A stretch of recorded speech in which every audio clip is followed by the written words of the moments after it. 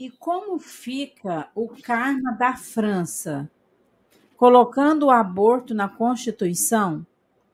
Como os kardecistas devemos ou não lutar por este direito? Muito bem. A questão do aborto na França, para quem não está sabendo, eles hoje inseriram na Constituição a possibilidade do abortamento.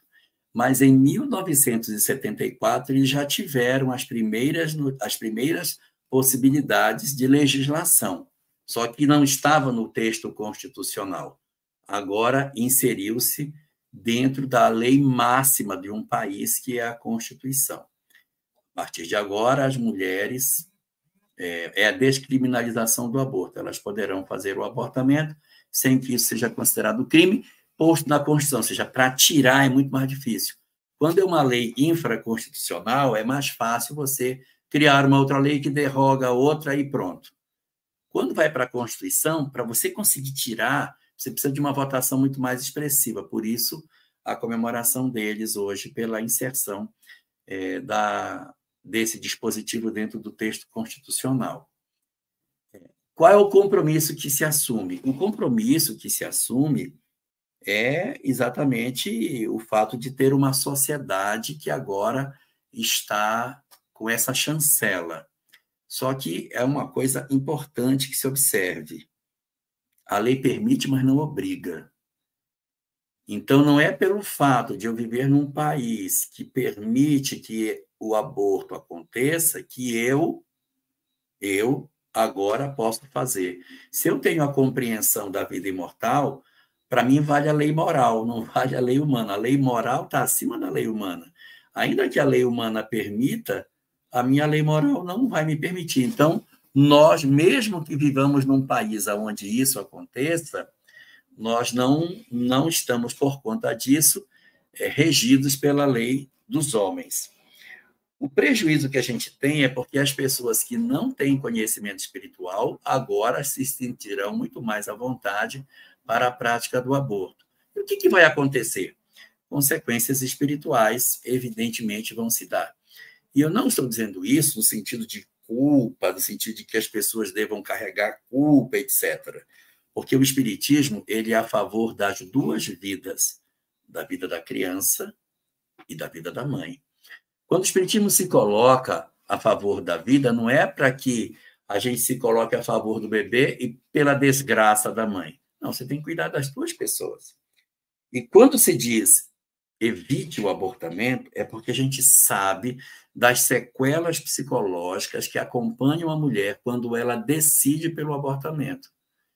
Num primeiro momento, ela se sente aliviada, ela se sente feliz, e quando, depois de um período, ela se liberta da primeira etapa, que é essa pressão danada do mecanismo da vida, de você dizer assim, graças a Deus eu abortei, não vou ter mais esse problema. Passada essa primeira fase, a mulher ingressa num segundo momento, que predispõe a processos depressivos. Eu não estou dizendo que toda mulher que aborta vai ser depressiva, mas a taxa de depressão em mulheres que abortam é maior. A taxa de ideação suicida também é maior. Os agravamentos da chamada síndrome do ninho vazio também é maior. É exatamente pelo adoecimento da mãe também. Não é só em defesa da criança, é em defesa da mãe, porque você frustra uma encarnação de um espírito e adoece psicologicamente uma mulher.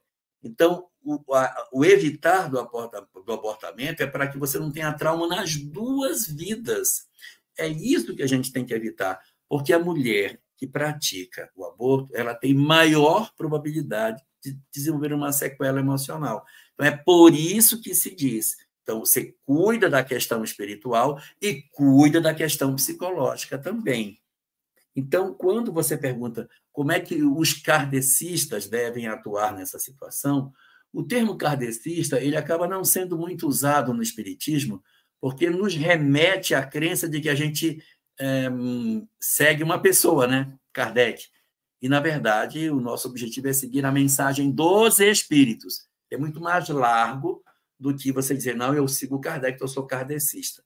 Nós somos espíritas. Aí você pergunta, como é que os espíritas devem lutar? A palavra lutar é uma palavra muito forte, porque pressupõe que a gente vai para a rua, puxa a faixa, gritar. Essa não é a melhor estratégia. A melhor estratégia é conscientizar. Não é impedir com que a lei aconteça. A gente tem que trabalhar para que ela não ocorra, mas a gente tem que, antes de tudo, conscientizar as pessoas para que, mesmo que exista a possibilidade, as pessoas não se comprometam. Vamos fazer uma comparação com o álcool. A nossa sociedade permite o álcool. Tem países que o álcool é proibido. Mas a gente vai dizer, olha, mesmo tendo permitido, não me ingresse nisso, porque vai ser um sofrimento muito grande. Então, é mais ou menos nessa direção que a gente deve se posicionar. A doutrina espírita, ela vai se posicionar sempre, sempre, sempre a favor da vida. E quando fala de vida, é vida da mãe também. Nunca acusando, colocando culpa na mulher, mas procurando conscientizá-la de que isso é uma grande furada pelos adoecimentos psicológicos que vai trazer. A França vai responder pelo que está fazendo.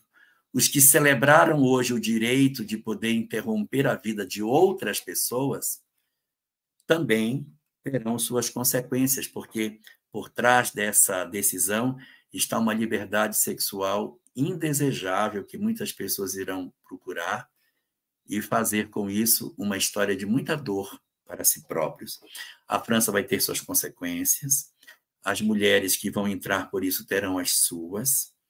Nós, por nossa vez, vamos ter que trabalhar na conscientização das pessoas, tentar fazer com que a legislação aqui não aconteça. Mas, em função de uma série de pressões de vários segmentos econômicos e políticos do país, pode ser que isso no Brasil também venha a acontecer. Então, urge que a gente prepare as pessoas para que elas não enveredem por esse caminho lamentável em que a gente poderia evitar dores para nós e para aqueles que estão vindo para o processo reencarnatório. E outra coisa, às vezes a gente não percebe como o espiritismo age a favor da vida e contra não só o aborto, mas a eutanásia, a pena de morte, a opção das pessoas por fugirem da vida, porque tudo isso que está acontecendo na França, e não só isso, né? Mas várias outras coisas que acontecem pelo mundo são resultado do modo de viver materialista, né? São resultado de todo um mecanismo que se utilizou para destruir qualquer sinal de espiritualidade que virou fora de moda. Então, essas são as consequências. Como é que você vai convencer uma sociedade de que existe vida desde a concepção? Mas como assim? Não tem nada, ainda está fazendo aquela multiplicação celular. Para eles não existe nada, porque dizer que existe um espírito vinculado no momento da concepção, eles não conseguem mais raciocinar, eles estão muito hipnotizados, bitolados na ideia materialista. Então, temos que quebrar esse casulo que se criou na mente, né, das pessoas e rasgar o véu da espiritualidade também. E isso o espírito faz, eu diria, no limite das suas forças. Os livros, as palestras, as lives falam de vida, falam de espiritualidade. Como lutar? Fazendo a nossa parte. Primeiro, não julgando, porque não cabe a nós julgar a França, não cabe a nós julgar os movimentos, que às vezes são movimentos isolados, mas que gritam muito e vencem. Não cabe a nós odiar. Lutar com aquela coisa perversa de querer ir lá e destruir, gritar mais alto. Porque quando Kardec pergunta no livro dos Espíritos se é crime o aborto, primeiro os Espíritos colocam uma frase, que existe crime sempre que nós transgredirmos as leis de Deus. Então, temos que tomar cuidado para, combatendo isso de uma maneira equivocada, nós também não estejamos transgredindo outra lei de Deus. Que não seja a lei a favor da vida, mas outra, como odiando, como querendo o mal. Entendeu? Então, existem já lutas também no Brasil, como o movimento Brasil Sem Aborto, Tá? As instituições espíritas têm se manifestado a favor da vida sempre que existe alguma coisa aqui no Brasil vinculado à aprovação, ela se manifesta. A Federação Espírita Brasileira se manifesta, e nós, como pessoas físicas, podemos nos manifestar no dia a dia. Tá? Nós somos livres para isso. Podemos, se vai haver um movimento, se vai haver uma votação, podemos ir até essa assembleia onde vai haver a votação para nos posicionarmos a favor da vida, contanto que nós levemos o espiritismo, tá? O cristianismo junto, para não cairmos também naquela agressividade. Então, nós somos livres também para fazer parte desses movimentos, movimento Brasil Sem Aborto, com o Jaime, maravilhoso, precisando de ajuda em todos os estados do país. Podemos nos engajar e agir com discernimento e com equilíbrio. Dentro dessa visão aí da Sâmia de atuação, eu queria só destacar um ponto. Existe uma série de instâncias que não são políticas, mas são de políticas públicas, que a Casa Espírita pode atuar. Conselho de Direitos da Criança e do Adolescente, estar presente a Casa Espírita lá. Eu acho que eu já contei isso uma vez, eu vou contar de novo. A Federação Espírita de Rondônia participava do Conselho de Direito da Criança e do Adolescente. E, numa das reuniões do Conselho, a Sociedade das Mulheres distribuiu um papel dentro do Conselho sobre o aborto. Aí a representante da federação, Márcia Pini, pegou e disse: você não está distribuindo um papel no grupo errado, não? Porque você está querendo distribuir um papel sobre aborto no grupo de direito da criança. Você até podia distribuir isso em outro lugar, mas aqui você não vai distribuir, porque não tem sentido. Se aqui é o direito da criança, você vai distribuir um negócio para a criança não ter direito a viver? Não dá. Aí não dá. Aí tá certo. Então, o posicionamento da doutrina espírita dentro de grupos, procurando políticas públicas, onde está o dinheiro, para onde que está indo o recurso público para atender programas de acolhimento do programa Sentinela e outros tipos de programas que existem de acolhimento às mulheres vítimas de violência